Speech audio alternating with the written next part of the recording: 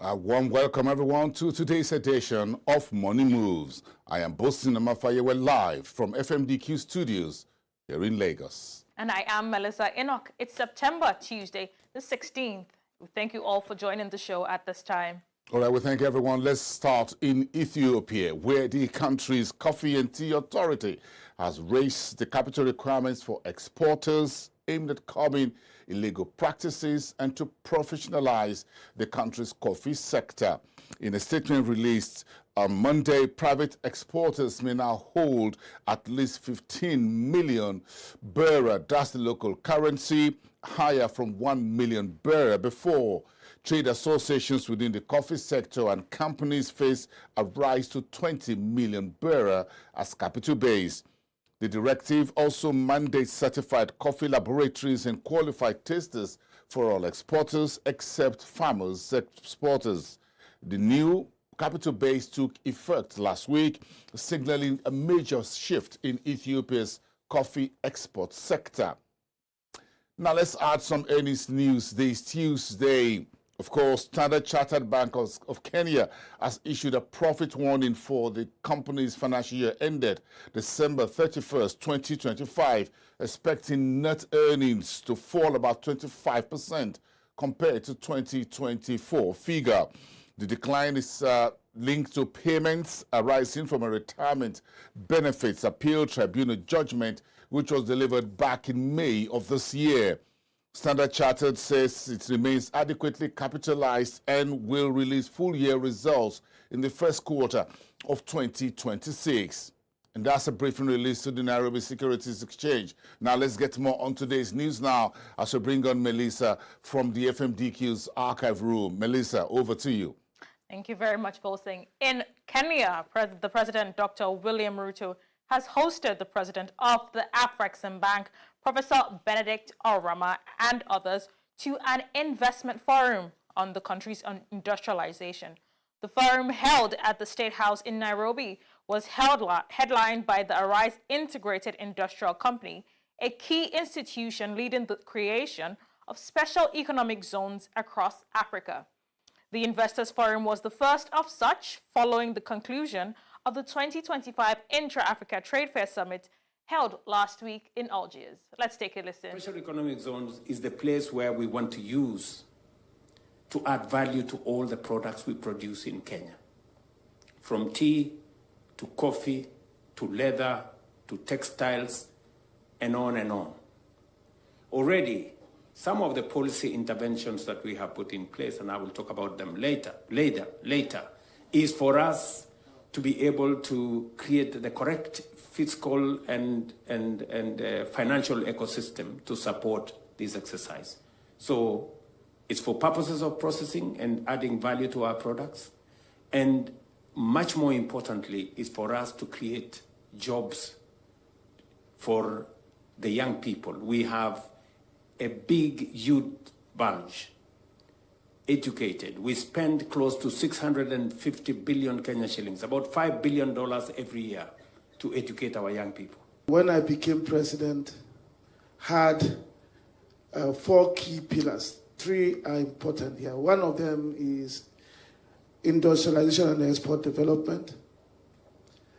The other key one is intra-African trade and AfCFTA promotion, all linked. When we set up this strategy, before we did that, we studied the industrial landscape, what ought to be done for us to be able to make any impact. We found that a key issue for industries in Africa is infrastructure that will make sure they produce competitively. So we knew that the answer to that is what others had done, especially China and others, is to build industrial zones, special economic zones, because that would be the fastest way of dealing with the infrastructure problem and then set the pace for expanding the good infrastructure to the rest of the economy. if you wanted to wait for the investments that will go through the economy so that everywhere is good for industrialization, you wait for too long, because Africa required at that time, about $110 billion every year for the 10 years to be able to build the infrastructure it needed. Special economic zones is In Northern Africa, the National Bank of Egypt has signed a cooperation protocol with AgroFood to support farmers and small to medium-sized agribusinesses through a contract farming program.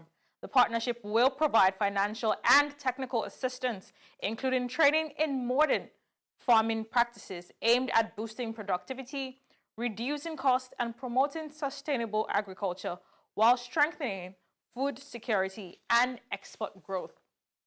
Still in the region, Network International has signed a strategic partnership with National Union Bank of Libya to modernize the country's banking sector and expand access to secure digital financial services.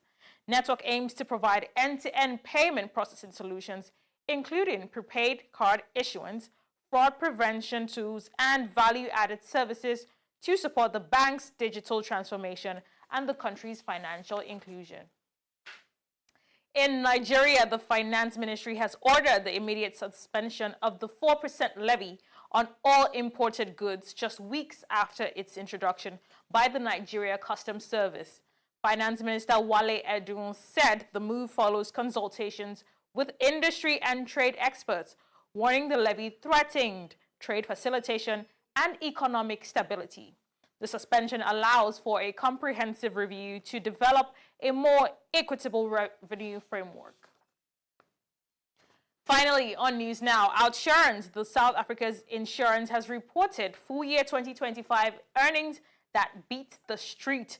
The company posted a revenue jump of 16.35% to 37.13 billion rand for its financial year ended June.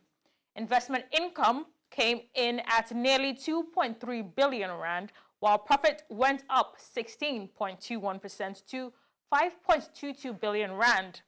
The strong earnings were supported mainly by growth from its home market in South Africa. OUTsurance posted a 306.2 cents earnings per share for the period under review. That's a 15.33%. A final dividend of 149 cents was declared, and a special dividend of 33 rand and 1 cent. I am Melissa Enoch, and that's it on News Now. Our Markets Round returns after the break with Bolson at the Ticker Tape Room. Stick around. This annual gathering represents not just a meeting of minds, but a powerful platform for important debate on the future of our continent. A future where energy security and sustainability are within reach. African countries account for almost 20% of the global population, but only for 4% of the world's total energy investment. Now, this imbalance should be ringing an alarm bell for all of us. Our priority must continue to be to end energy poverty for all Africans, as well as create an enabling environment where the oil and gas industry can thrive, be beneficial for local content, as well as be responsible with the environment. Visit www.aecweek.com to register today. The African Energy Week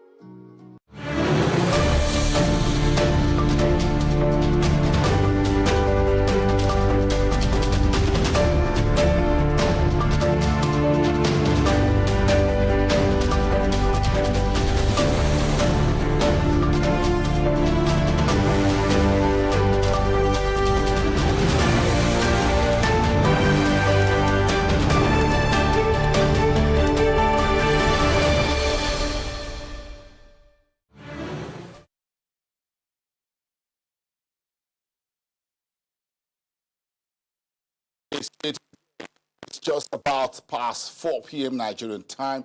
Quite a number of markets across. Let's start with equities. A number of these markets are already closed in the negative session today. Look at West Africa, Nigeria's NGX, the BRVM in Cote d'Ivoire finished in the red. As you look at the dashboard, the NGX down by 0.1%, by 14 basis points in the red for the composite. For the French-speaking stock exchange based in Cote d'Ivoire. In Nairobi, there's a pullback from 179 where we finished on Monday to around 178.06. That's the all-share index back by 0.54% after those announcements. A profit warning by one of the biggest banks listed on the market in Kenya, that's Standard Chartered, saying its profit for or earnings for full year 2025 will be down by 25% on a year-on-year basis until we see the full numbers in first quarter of next year. That spooked the market, among other things. Let me move on. Look at the rest of the dashboard. On positive reading today, the GSE came back from a flattish Monday to a positive 0.14%, 104,821, taking its cue from the rest of the developed markets on Monday, which was so strongly positive. Some of the strongest gain we saw on Monday on S&P 500 index on the U.S. stock market on Wall Street. The SEMDEX today continued its positive Monday reading by roughly 0.5%, 2,477. Zimbabwe turned positive from Monday's negative by 0.4%, 8.2 on the main index. Let's switch gear and look into the 10-year paper of some of the government bonds on the continent, and we stick with South Africa. As you see the numbers coming through, 0.33% plus. That means that the yield on U.S. 10-year benchmark, according to Investing Income, was slightly higher today. Yesterday, that was 9.220. If you look at the top of that to the left, top of your screen, you can see the numbers today, 9.245%. And that means things are heating up slightly just ahead of Thursday, September the 18th. Africa's central bank. Let's take it down. Look at the currencies. The rand also softened a little bit today from where we were on Monday around this time. 1332 GMT, 1736 or so was where we saw the rand on the dollar yesterday. That's about 0.13% today. The rand softened slightly on the dollar. The stock market moved up. Bond yield also moved up. The good news for Nigeria, look at the bottom of that board. As you can see, the Nigerian currency printing for the first time below 1,500 to the US dollar for the first time since we started 2025. To see that the Central Bank of Nigeria that inflation can be tamed and that the currency remains very stable, which is very good for the investors in the market. That's 0.31% upside for the Nigerian currency. Now, let me move on to the commodities space and the concerns around the market about the Russia-Ukraine war, whether more sanctions will come from the United States to President Putin and his administration in the oil sector in that country, as well as the supply glut. Today, we also heard the news from the International Energy Agency, the IEA, that the world oil market needs further investment if they want to maintain the current level of supply until the year 2050. That's a major shift in thinking by the IEA that always says there's no need for further investment in oil or fossil fuel, but only in renewable. This is a major shift, as it were, but we expect to see further clarifications from the IEA, Fatih Birol and the rest of his team in Paris. But looking at the numbers for today, you can see the Western Texas Intermediate up by 1.2%. The London Brent crude benchmark, which is a benchmark, of course, for a number of African exporters and economies such as Nigeria, was up by roughly 1%. Let's move into the metals space with gold rising today. Outlook is now positive that the U.S. Fed will cut the Fed fund rate tomorrow, Wednesday, at about 7 p.m. Nigerian time. We're expecting the Fed briefing from Jerome Powell, the Fed chairman, around 7:30 p.m. Nigerian time. A formal statement is expected at the top of the hour, 7 p.m. Nigeria. So it's now by how much will the Fed cut tomorrow? It's no longer a matter of when, but if When, but how much will that rate cut come in tomorrow? Some folks are looking at 4 rate cuts between now and the end of the year into early 2026. We'll see how that plays out. That's a bit of an upside for give the gold a bit of an upside. 17 basis points around 1326 GMT.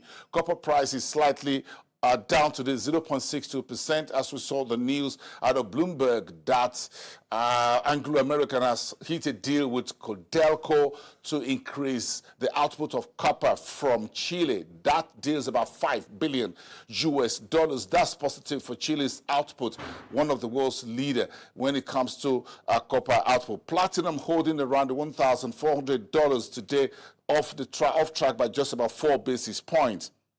Let's sum it up as always on soft commodities. Yesterday we talked about how the cup of coffee is getting hotter by the day. Coffee prices now $416.5. That's 0.28%. Concerns about the weather conditions in Brazil, the world's largest producer or exporter of Robusta coffee. Of course, folks are looking to balance that with what is coming from the Arabica coffee in Vietnam and a few producers in Africa, Ethiopia, Uganda, Rwanda, Kenya as well, and a few others. So all this in play as far as coffee is concerned. Don't forget the 50% tariff on coffee imports to the United States by President Trump. All that in play for coffee. Cocoa prices down sharply by roughly 2.7%, 1328 GMT today, according to our data sources, 7,439. And I'm sure you're looking at the price of palm oil. Now that's a slight uptick there to $1,051, and that's the price as at 1328 GMT today, up by roughly 1%. And those are some of the numbers across the markets we're tracking for you at this time as we go live here at the FMDQ studios in Lagos. From me and the rest of the Frontier Africa team here in Lagos, we thank you for watching the show. We'll see you back tomorrow, Wednesday, at the same time.